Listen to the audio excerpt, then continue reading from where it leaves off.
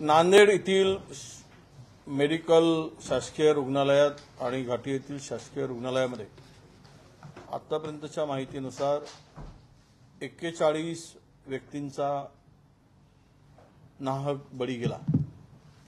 त्यामध्ये बालकांचा मोठ्या प्रमाणात समावेश आहे। नवजात बालक त्यांचा खऱ्या अर्थानं खून करण्याचा आणि त्या हॉस्पिटल म्हणावं की स्मशानभूमी म्हणावं अशा प्रकारची परिस्थिती राज्यकर्त्याच्या नाकर्तेपणामुळे आली आहे। मुळात ही दुर्दैवी घटना की मन पिळवणारी आहे, हृदय पिळवणारी घटना आहे की या रुग्णांसाठी डॉक्टर उपलब्ध असू नये, रुग्णांचा जीव औषधी उपलब्ध नाही म्हणून जातो। या रुग्णांना त्या ठिकाणी वेळेवर उपचार होत नाही म्हणून त्यांना जीव गमवावा लागतो। डॉक्टर वेळेवर त्यांचा उपचार करत नाही, सिनियर डॉक्टर नाही, औषधाचा तुटवडा, स्वच्छतेचा अभाव, या सगळ्या गोष्टी जर या मृत्यूस कारणीभूत असतील तर या सरकारने या बालकांचा आणि या लोकांचा बळी घेतला आहे आणि त्यांनी हे हॉस्पिटल, हे रुग्णालय, याला रुग्णालय म्हणण्याऐवजी स्मशानभूमी म्हणायची पाळी आणली। मुळात आज मी मुख्यमंत्र्यांचं स्टेटमेंट ऐकलंय। ते म्हणतात की आम्ही चौकशी करू। तुम्ही काय चौकशी करणार? ठाण्यामधली कळवा येथे झालेली घटना ताजी आहे, त्या ठिकाणी तुम्ही चौकशी करतो म्हणून सांगितलं। काय चौकशी केली? कुणावर कारवाई झाली? आणि काल परवा तो रिपोर्ट आला शुक्रवारी, आणि शुक्रवारी रिपोर्ट आला, अद्याप कारवाई नाही, इतक्या लोकांचा जीव जाऊ नये आणि आता तिकडे तज्ञ समिती पाठवली। तुम्ही उद्या घोषित करणार। ही समिती गेली, नाहक कोणाचा तरी ज्याला जबाबदार नाही त्याचा बळी घेणार। या आरोग्य विभागामध्ये चाललंय काय? हे सरकार करतं काय? गरीब कामगार, मजूर, शेतकऱ्यांची पोरं त्या ठिकाणी, त्यांच्या मुली त्या ठिकाणी डिलिव्हरीला जातात आणि नवजात बालकांचा जीव गमावला जातं। काल मगाने मी सांगितलं, हा आकडा एवढा मोठा आहे की नांदेडमध्ये आता आलेला आकडा जरी 31 जीवांचा असला तरी वर्षभरामध्ये 450 लोकांचा जीव गेलेला आहे। 450च्या वर मृतदेह जर आपण माहिती घेतली तर त्यांना 450 लोकांना जीव गमवावा लागला आणि तशी नोंदही त्या ठिकाणी आहे। एकीकडे पूर्णवेळ दिन नाही, 48 तास रुग्ण ऍडमिट झाल्यानंतर सिनियर डॉक्टरची व्हिजिट नाही, आणि दुसरीकडे या राज्याचे आरोग्य मंत्री सांगतात की विरोधकांनी राजकारण करू नये। म्हणजे रुग्णालयामध्ये लोकांचा, मृतांचा सडा पडतो, साधी औषधी मिळत नाही की जे स्नेक बाईटची औषधी मिळत नाही। अरे स्नेक बाईटची औषधी मिळत नाही, साप चावल्यानंतर जर औषधी नसेल, लहान बालकासाठी सिरप नसेल, आणि त्या ठिकाणी त्यांना वेळेवर उपचार मिळत नसेल तर हे वैद्यकीय शिक्षण मंत्री म्हणतात, हसन मुश्रीफ, की आम्ही विरोधकांनी, अशोक चव्हाणांनी राजकारण करू नये, विरोधकांनी राजकारण करू नये। मला यांची कीव येते। मी या आरोग्य मंत्र्यांचा कारभाराचा पंचनामा अगदी काही दिवसात करणार आहे। ही सर्व माहिती मी पंचनाम्यासह तुमच्या पुढे ठेवणार आहे। पण विरोधक म्हणून आम्ही जर वस्तुस्थिती सांगितली तर ते राजकारण ठरतं. हे हसन मुश्रीफ इतक्या लवकर बदलतील, एवढ्या लवकर यांची भूमिका बदलेल, हेही विरोधात होते, विरोधक म्हणून होते. आणि त्यांनी इतक्या लवकर भूमिका बदलावी या मंत्र्यांची आम्हाला कीव येते. खरं तर नैतिक जबाबदारी घेऊन हसन मुश्रीफांनी राजीनामा द्यायला हवा होता. कारण हॅपकिननी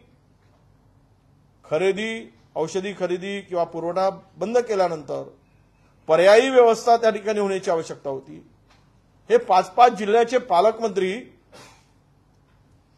या ठिकाणी नेमून ठेवलेत, मंत्रिमंडळ पूर्ण होत नाही आणि 4-4 कोटी रुपये डीपीसीचे मंजूर होऊन त्या रुग्णालयाला औषधीसाठी, इक्विपमेंटसाठी उपलब्ध करून दिले जात नाहीत आणि निष्पाप लोकांचा बळी जातो. या नालायक सरकारचा नाकर्तेपणा आहे आणि आरोग्याचे धिनवडे निघाले आहेत. हे सरकार 5-5, 10-10 हजार कोटीचे टेंडर काढते. यामध्ये या टेंडरच्या माध्यमातून 20% नेट वसुली सुरू आहे. बदल्या आणि टेंडर या पलीकडे या त्रिकुटांना काहीच दुसरं काम शिल्लक राहिलेलं नाही. म्हणून आरोग्यासारख्या गंभीर बाबीकडे यांचं दुर्लक्ष आहे. मी म्हणालो लवकरच पंचनामा होईल. या सर्वांची माहिती आरोग्याच्या मंत्र्यांची, या खात्याच्या मंत्र्यांची आमच्याकडे आहे. काय काय दिवे लावून ठेवलेत ते सर्व महाराष्ट्राच्या जनतेपुढे मी उघड करणारच आहे. परंतु मला हे कळत नाही, हास्यास्पद तिथले डीन वाकोडे म्हणतात की खाजगी रुग्णालयातील डॉक्टर सुट्ट्यामुळे बाहेरगावी गेल्यामुळं ती सर्व रुग्ण आमच्याकडे आलीत आणि ती गंभीर आजार होती, सिरियस होती म्हणून जीव गेला. एवढा हास्यास्पद हा डीन बोलतोय. अरे याला 1 मिनिटामध्ये क्षण न लावता याला सस्पेंड करण्याची आवश्यकता होती, सेवेतून काढण्याची आवश्यकता होती. असं एक पोरकटपणाचं स्टेटमेंट करतात हे, ज्याला कुठलाही आधार नाही. नवजात बालकांच्या संदर्भात डिलिव्हरी झाल्यानंतर त्यातील काही लोकांनी सांगितलं 12 बालकांपैकी 9 डिलिव्हऱ्या त्या ठिकाणी झालेल्या आहेत. 3च बालकं बाहेरून आलेली होती. मृत पावलेल्यामध्ये सुद्धा 6 किंवा 7 लोक बाहेरून आलेली होती. आज 70 लोक त्या ठिकाणी अत्यंत गंभीर आहेत, सिरियस आहेत, त्यांची प्रकृती अत्यंत गंभीर आहे. हे कशासाठी? तुम्ही ठाण्यापासून काही धडा घेतला नाही. घाटीमध्ये सुद्धा तेच घडलंय. महाराष्ट्रातल्या सर्व मेडिकल कॉलेजमध्ये, रुग्णालयामध्ये हेच चाललेलं आहे. काल परवा चंद्रपुरात गेलो, तिथे सुद्धा 22 पासून आज 3 तारीख आली. एका महिलेच्या पोटात गोळा आहे. तो गोळा काढायसाठी आमच्या मतदारसंघातील महिला ऍडमिट आहे. 11 दिवस होऊन त्या चंद्रपूरच्या मेडिकल कॉलेजमध्ये, हॉस्पिटलमध्ये ऑपरेशन झालेला नाही. ती महिला तशीच बेडवर पडून आहे. तिथे सुद्धा स्नेक बाईटचे इंजेक्शन नव्हते, डॉग बाईटचे इंजेक्शन नाही. औषधी लिहून दिल्यामुळे तिथल्या डॉक्टरावर हल्ला झाला. चंद्रपुरामध्ये निवासी डॉक्टरावर त्याने आंदोलन केलं. अरे औषधा अभावी जर शासकीय रुग्णालयामध्ये लोकांचा जीव जात असेल, डॉक्टरच्या अभावी जीव जात असेल, तर ते महाराष्ट्राचं असलं करंटे सरकारचा हा नाकर्तेपणा आहे आणि हेच या ठिकाणी आता सिद्ध झालेलं आहे. म्हणून याची जबाबदारी डीनवर आणि याची जबाबदारी या खात्याच्या आरोग्यमंत्र्यावर फिक्स केली पाहिजे. आणि यामध्ये या सर्व शासकीय रुग्णालयांना आता आपण नाव दिलं पाहिजे. हे रुग्णालय नाही, कंसामध्ये याला आता स्मशानभूमी लिहा आणि तुमच्या नाकर्तेपणाची मोहर तिथे उमटू द्या. थोडी तरी लाज वाटत असेल तर इथे दाखल व्हा आणि इथून थेट स्मशानभूमीत जा, घरी जायची सोय नाही, अशी व्यवस्था या राज्यामध्ये करून ठेवली आहे. आणि हे गतिमान सरकार आहे. हे सरकार आपल्या दारी आहे. लोकांना मारण्यासाठी हे आपल्या दारी जात आहेत. शासन आपल्या दारी, लोकांचा जीव घेण्यासाठी आपल्या दारी. आणि हे सांगतात विरोधक खोटं बोलतात. खोटं आम्ही बोलतो. हे मृतक झालेत हे आकडा खोटा आहे. हे सरकारच्या नाकर्तेपणाचा परिणाम आहे. यामुळे यांचा जीव गेला हे खोटं आहे. औषधं मिळाली नाहीत, औषधोपचार झाला नाही, डॉक्टर वेळेवर पोहोचले नाहीत, त्यांच्याकडे लक्ष द्यायला डॉक्टर नाहीत, हे खोटं आहे. कर्जोचे टेंडर काढून 20-20% कमिशन घेतलं जात आहे हे खोटं आहे. बदल्यामध्ये राजकारण केलं जात आहे हे खोटं आहे. ज्यांची नियुक्ती या ठिकाणी संचालक म्हणून, मेडिकलचा संचालक म्हणून, मेडिकल कॉलेज म्हणजे विभागाचा, त्याला आपण काय म्हणतो, director of health medical education, त्यांना पूर्वीचा माणूस कोण होता हे काढेल मी. त्याची कशी त्याला बाजूला केलं गेलं, त्याचा वापर कसा केला गेला, नवीन कसा आणला गेला मर्जीतला. हे जे चाललंय हे अत्यंत म्हणजे महाराष्ट्रातील आरोग्य यंत्रणा आणि हे सरकार, हे निष्क्रिय सरकार या खुर्चीवर बसण्याची यांची लायकी राहिलेली नाही. आपसात भांडणं, लुटेऱ्यासारखं लुटणं, एवढंच काम या सरकारचं आता राहिलेलं आहे.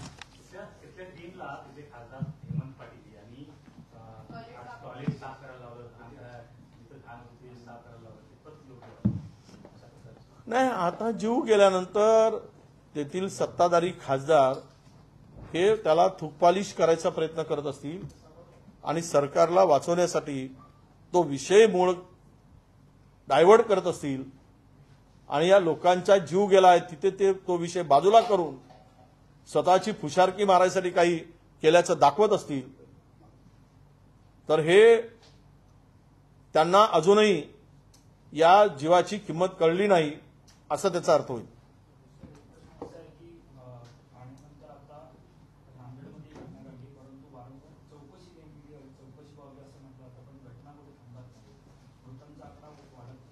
नाही, चौकशीच्या नावावर वडव्यामध्ये काय केलं?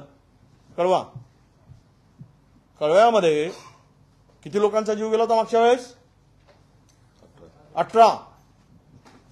आणि 18 लोकांचा जीव जाऊन मुख्यमंत्र्यांनी चौकशीचे आदेश दिलेत. काय झालं चौकशीत? आज किती दिवस झाले चौकशी समिती नेमून? किती लोकांवर कारवाई झाली? कोण दोषी आहे हे काही सिद्ध झालं काय?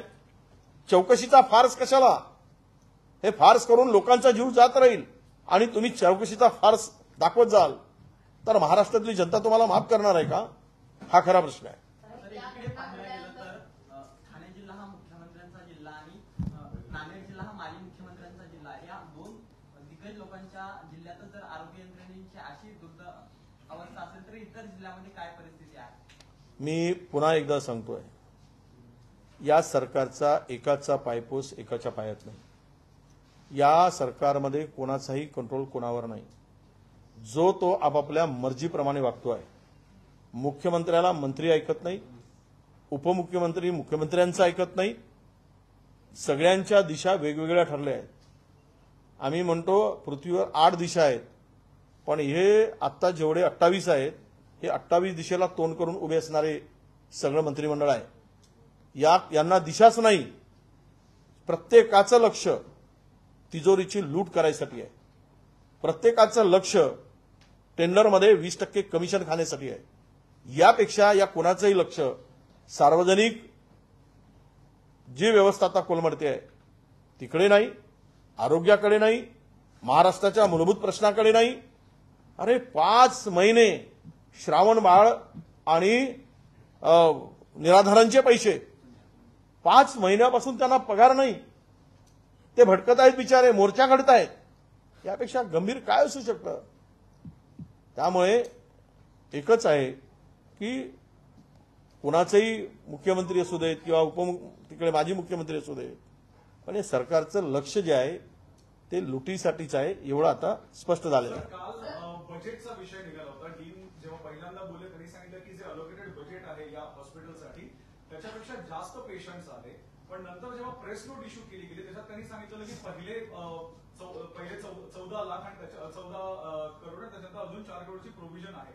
तर ही बजेटचा विषय नेमका काय? कारण का त्यांचं म्हणणं आहे की इमर्जन्सीसाठी आमच्याकडे स्टॉक असतो, पण पेशंट्स आमच्याकडे जास्त येतात, 70-80 किलोमीटरच्या पेरिफेरीमधनं पेशंट्स येतात, त्याच्यामुळे ही सगळी जी काही सुविधा कोलमडली गेली ती त्याच्यामुळे गेली.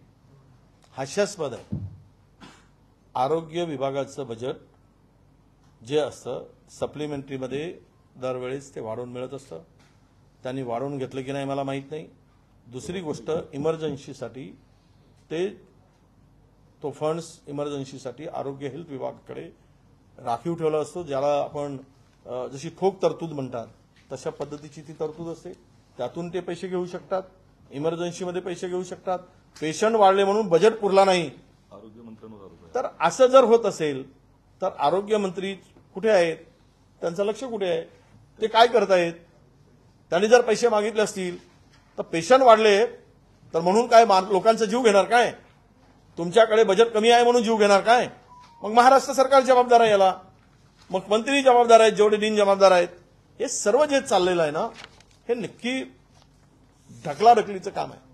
जबाबदारी एक आणि दुसऱ्यावर ढकलणं एवढंच त्याच्यामधून दिसतंय, पण जबाबदारी या दोघांची आहे. मंत्री आहे, डीन आहे आणि आरोग्य विभागाची सर्व यंत्रणा. आरोग्य विभाग असेल किंवा मेडिकल एज्युकेशन असेल, सध्या यांच्यात तुम्हाला असं वाटतं का की वाद आहे? कारण का तुम्ही म्हणताय ढकलाढकलीचा एक प्रकार चालू आहे. हे हॉस्पिटल जे आहे ते मेडिकल एज्युकेशनच्या अंडर आहेत. जेव्हा आरोग्यमंत्र्यांना विचारलं जातं तेव्हा ते इथे ढकलतात. नाही, बरोबर आहे ना. त्याबद्दल जेव्हा विचारलं गेलं मेडिकल एज्युकेशन मिनिस्टरला, त्यांनी सांगितलं की हा आमचा विषय नाही, हा आरोग्य मंत्र्यांचा. हे बघा, दोन गोष्टी वेगळ्या आहेत. कळव्याचं हॉस्पिटल हे नगर विकास विभागाच्या अंडरमध्ये येतं, म्हणजे महानगरपालिकेच्या अंडरमध्ये. तिथले संपूर्ण व्यवस्था ते पूर्वी गव्हर्नमेंटचं होतं, महानगरपालिकेला हँडओव्हर झालं. ते मेडिकल कॉलेज शासकीय होतं, त्यामुळे जबाबदारी कुणाची? त्या विभागाची.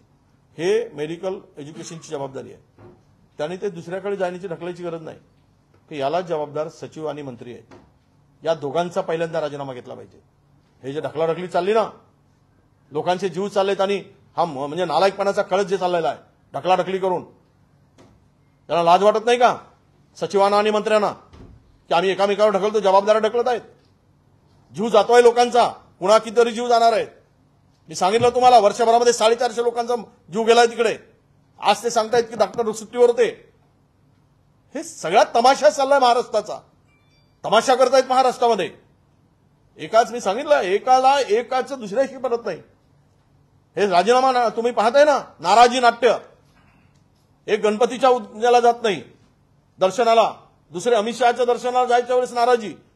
म्हणजे नाराजीचा हे बिमारी नाराजीमुळे बिमारी आहे का, की बिमारी नाराजीमुळे आहे की नाराजी बिमारीमुळे आहे, हे समजत नाही. म्हणून राजकीय आजार झाले. त्यांना ते आता मला वाटतं की राजकीय आजार आहे. हे 3 वेळा झालाय. नड्डा आले गेले नाहीत, अमित शहा आले गेले नाहीत, गणपती बसले गेले नाहीत, कॅबिनेटला गेले नाहीत. तर हे सगळं जे जात नाही आहे आता, ते तर पहिलेपासूनच आहे. दादा रुसले, दादा फुगले, दादा नाराजी. तर ते नवीन ते जे आहे तो राजकीय आहे.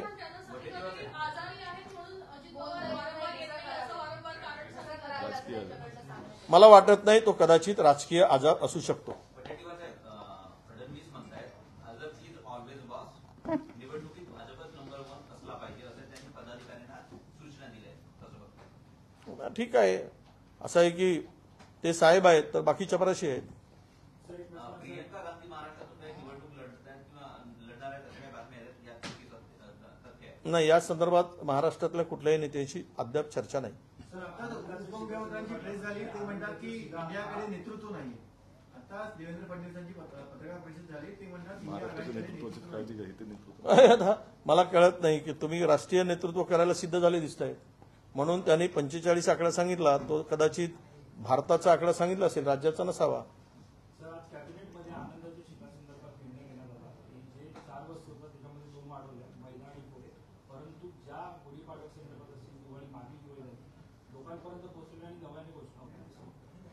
नाही, आता असं आहे, 2 लोक भरती झालेत ना नवीन, त्यामुळे एकाला पोहे आणि दुसऱ्याला मैदा.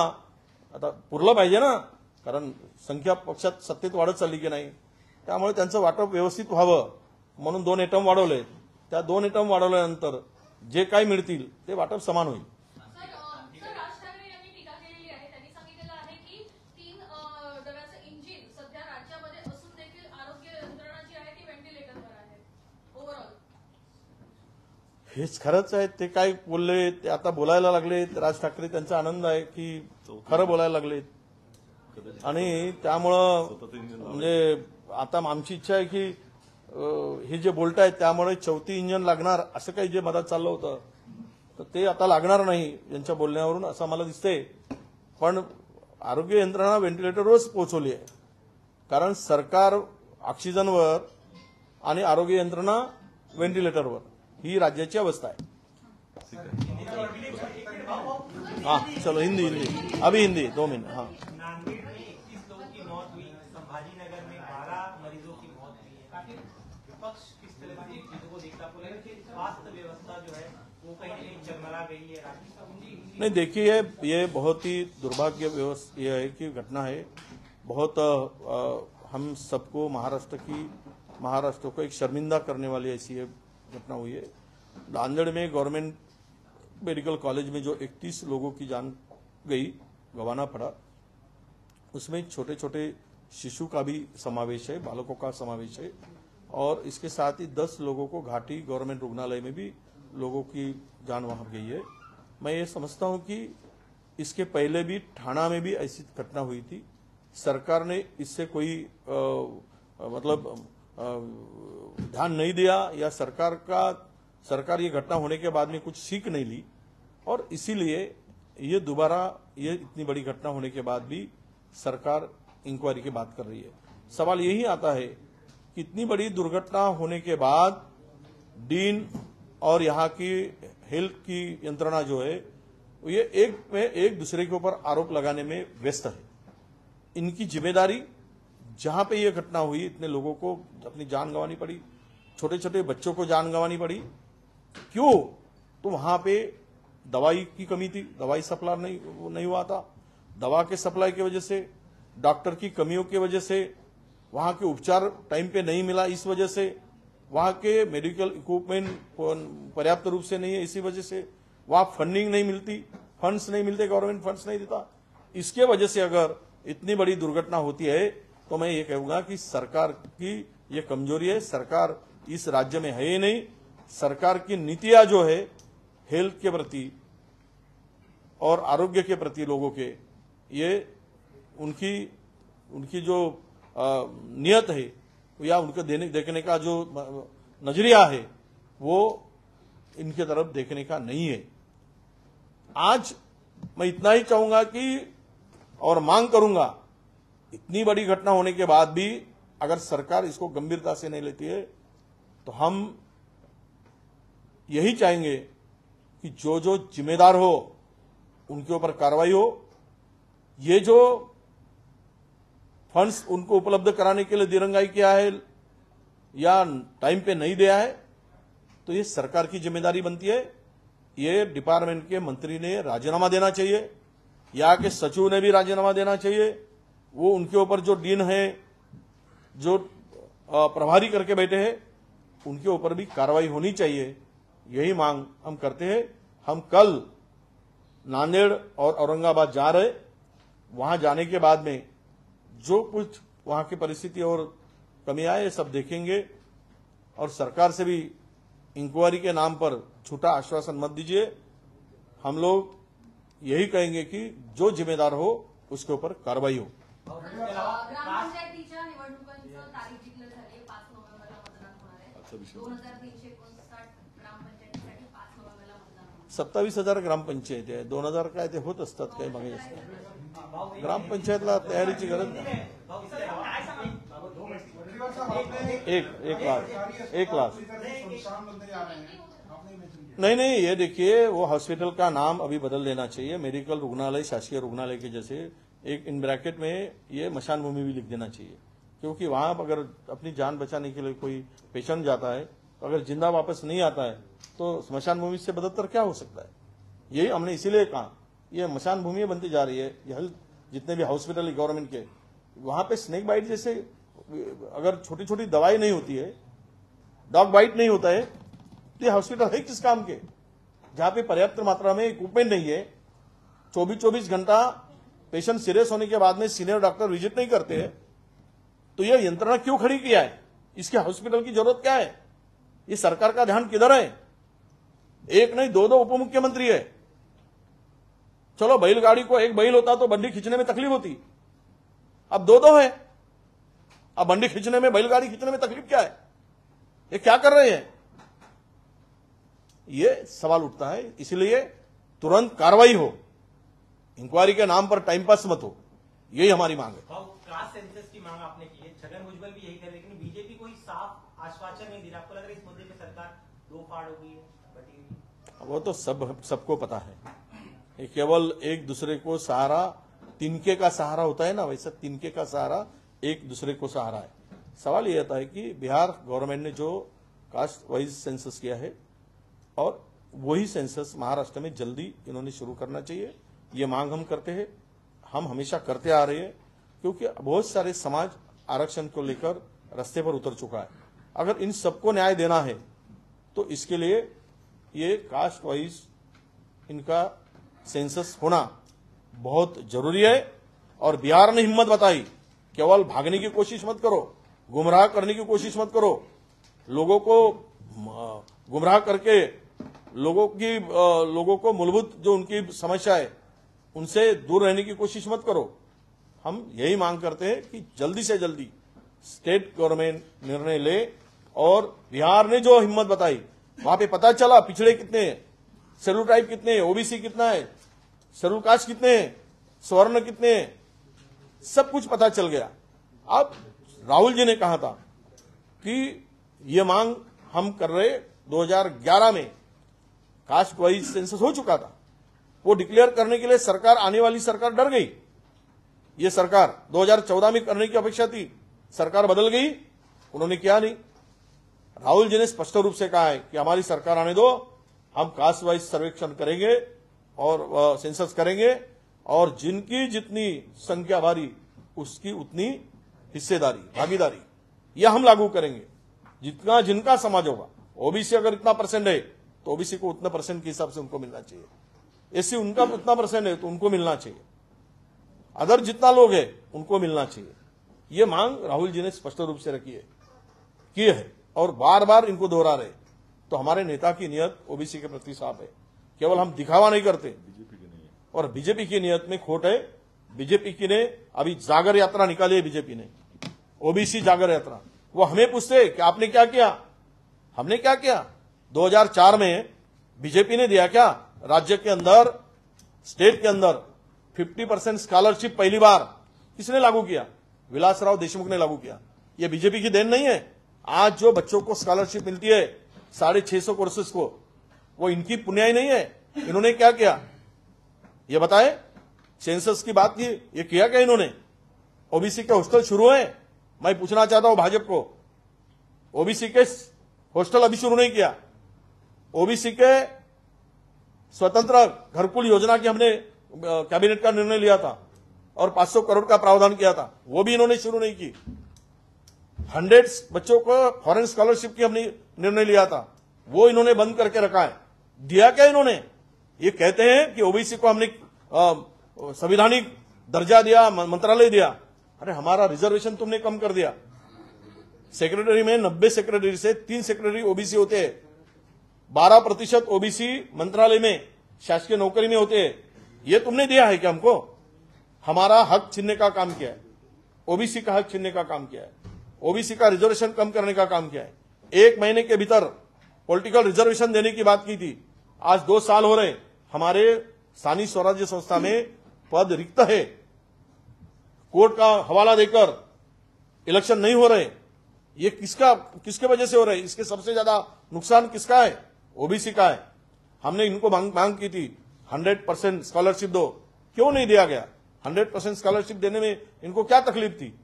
आज जितना पैसा महामंडलों को मिलता है तो ओबीसी को उनके पॉपुलेशन के हिसाब से दे रहे क्या? इसका जवाब भारतीय जनता पक्ष ने देना चाहिए, तब यात्रा निकालना चाहिए। सबसे ज्यादा नुकसान किसानों का किया है इन्होंने। जो किसान ओबीसी में आता है, खेती करता है, उनके हक का छीनने का काम किया है इन्होंने।